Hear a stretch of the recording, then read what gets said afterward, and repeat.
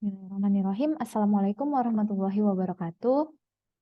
Yang saya hormati, dosen pengampu mata kuliah penelitian tindakan kelas, Bapak Dr. Syamsul Arif, MPD, dan juga Ibu Lasena Sialagan, MPD. Saya, Duta Ananda Putri, dengan NIM 2203-111047 akan mempresentasikan contoh laporan penelitian tindakan kelas yang berjudul Peningkatan Kemampuan Menelaah Struktur dan Kaidah Kebahasaan Teks Eksposisi dengan menggunakan model kooperatif tipe Jigsaw, yang dimana penelitian tindakan kelas pada peserta didik kelas 8 UPDT SMP Negeri 3 Bakam tahun ajaran 2020-2021 yang ditulis oleh Nur Fatihah Azizah dari Universitas Sriwijaya. Baik, ada 5 hal yang akan saya analisis. Yang pertama itu hal yang dilakukan peneliti untuk merumuskan masalah PTK. Yang kedua, kecermatan peneliti dalam memilih teori sebagai landasan penelitian. Yang ketiga, teknik dan instrumen yang digunakan oleh peneliti. Yang keempat, proses pelaksanaan setiap siklus. Yang kelima, teknik analisis data yang digunakan oleh peneliti. Selanjutnya, yang pertama, hal yang dilakukan peneliti untuk merumuskan masalah dalam penelitian tindakan kelas. Jadi di sini peneliti yang pertama melakukan wawancara langsung kepada beberapa siswa kelas 8. Yang kedua, melakukan tes evaluasi awal di mana didapat hanya 50% siswa yang nilainya mencapai KKM. Kemudian yang ketiga, pengalaman pembelajaran langsung dengan melakukan metode diskusi. Namun metode diskusi dirasa kurang dapat memancing motivasi siswa dalam pembelajaran teks eksposisi. Nah, di sini tanggapan saya seharusnya peneliti juga bisa menggunakan catatan guru ataupun catatan siswa, dan peneliti ini juga bisa langsung melakukan wawancara kepada guru mengenai masalah apa yang ada di kelas 8 tersebut. Nah, kemudian selanjutnya penggunaan teori. Yang pertama, teori yang digunakan peneliti sudah relevan dengan judul penelitian. Yang kedua, kaidah penulisan beberapa pendapat ahli masih kurang tepat, terutama pada bagian pengertian penelitian tindakan kelas. Jadi di sini peneliti tidak mencantumkan tahun ataupun halaman sumber itu diterbitkan gitu. Misalnya pada pendapat Kasihani di pengertian penelitian tindakan kelas. Jadi peneliti tidak mencantumkan tahun ataupun halaman buku. Kemudian yang ketiga, pendapat ahli pada bagian teks eksposisi kurang mutakhir. Salah satunya itu pendapat Keraf, itu yang pendapatnya pada tahun 1999. Kemudian pada bagian model kooperatif Jigsaw itu menggunakan teori Rusman pada tahun 2008 dan juga teori dari Stephen pada tahun 1978. Nah, teori-teori yang digunakan peneliti pada bagian ini dirasa kurang mutakhir karena teori-teori tersebut sudah lama begitu dikeluarkan. Selanjutnya, teknik dan instrumen yang digunakan peneliti. Jadi di sini peneliti menggunakan 2 instrumen. Yang pertama, tes dan juga non-tes. Nah, yang bagian tes itu berupa tes evaluasi akhir.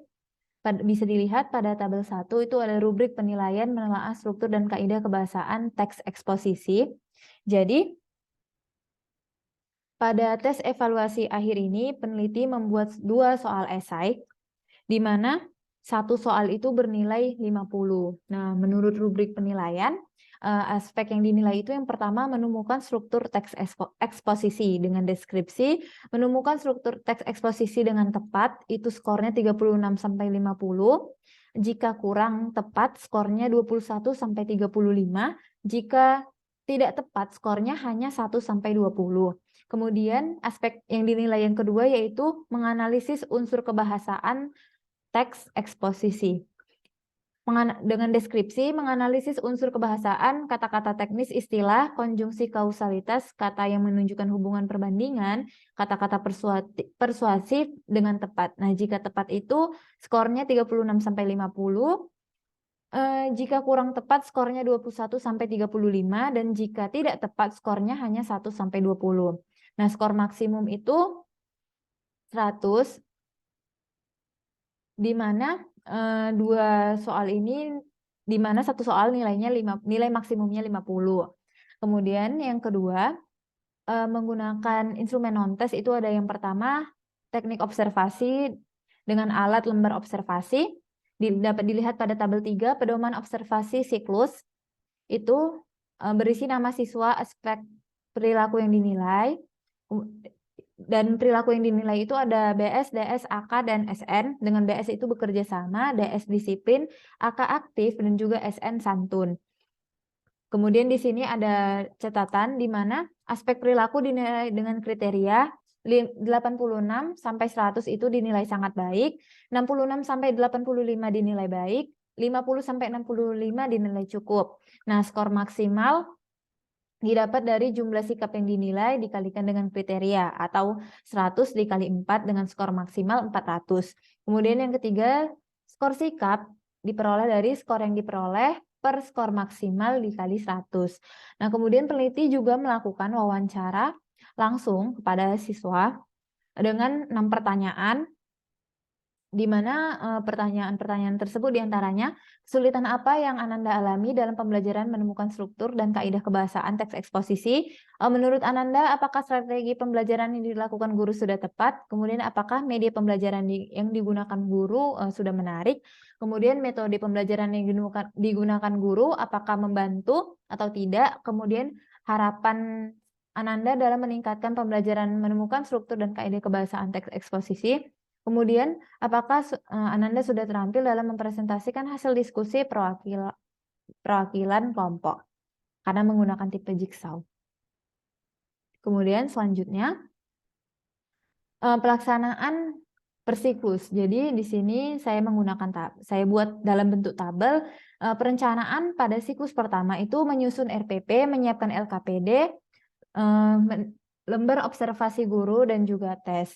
Nah, sayangnya di sini, walaupun menulis bahwa di perencanaan menyiapkan lembar observasi guru, namun penulis tidak mencantumkan lembar observasi guru, baik itu di bab 3 ataupun di bagian lampiran, tidak dilampirkan oleh penulis. Kemudian perencanaan pada siklus kedua itu sama saja dengan siklus pertama, namun ditambahkan dengan memberikan pujian pada siswa yang aktif dalam pembelajaran.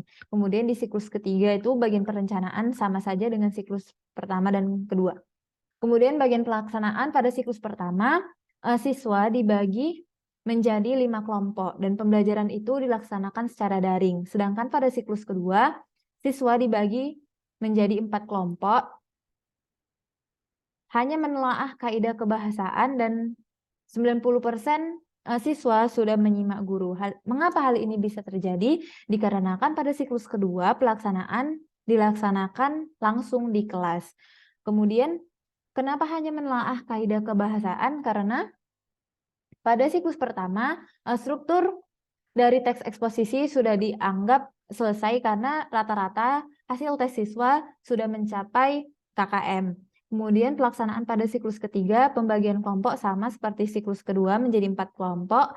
Kemudian di sini ada peningkatan 98%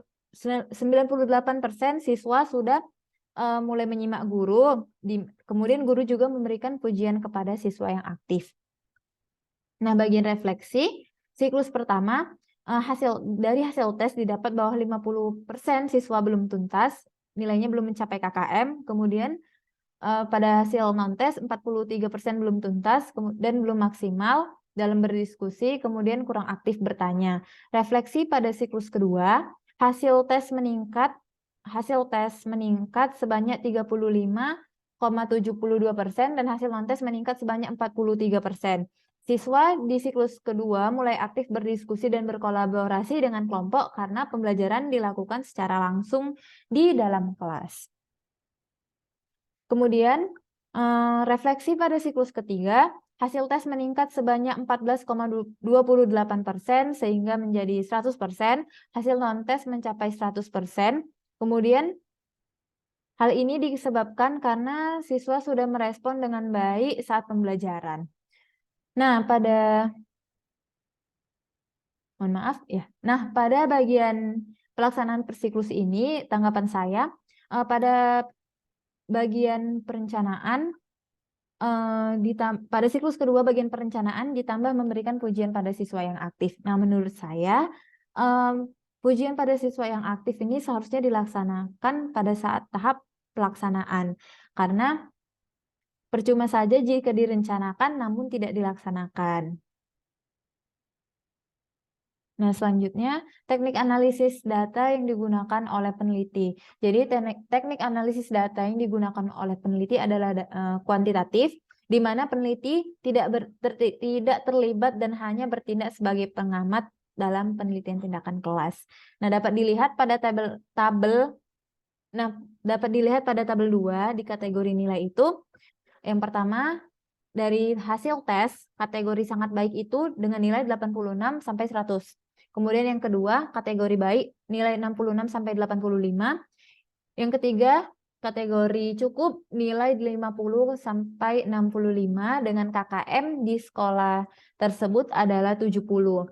Nah, dengan rumusan X sama dengan X, di mana persentase ketuntasan belajar, T per M, di mana T jumlah siswa yang tuntas belajar, M jumlah seluruh siswa dalam kelas dikalikan 100.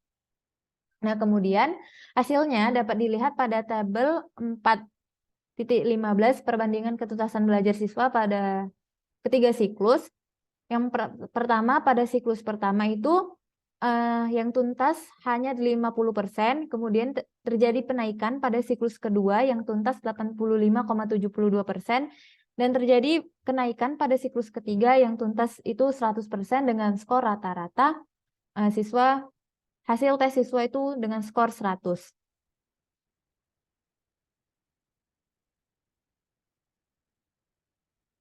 Nah, menurut saya teknik analisis data yang digunakan oleh peneliti ini sudah tepat. Baik, sekian dari saya. Terima kasih. Sekian pemaparan contoh laporan penelitian tindakan kelas dari saya. Mohon maaf apabila ada kesalahan kata. Terima kasih. Wassalamualaikum warahmatullahi wabarakatuh.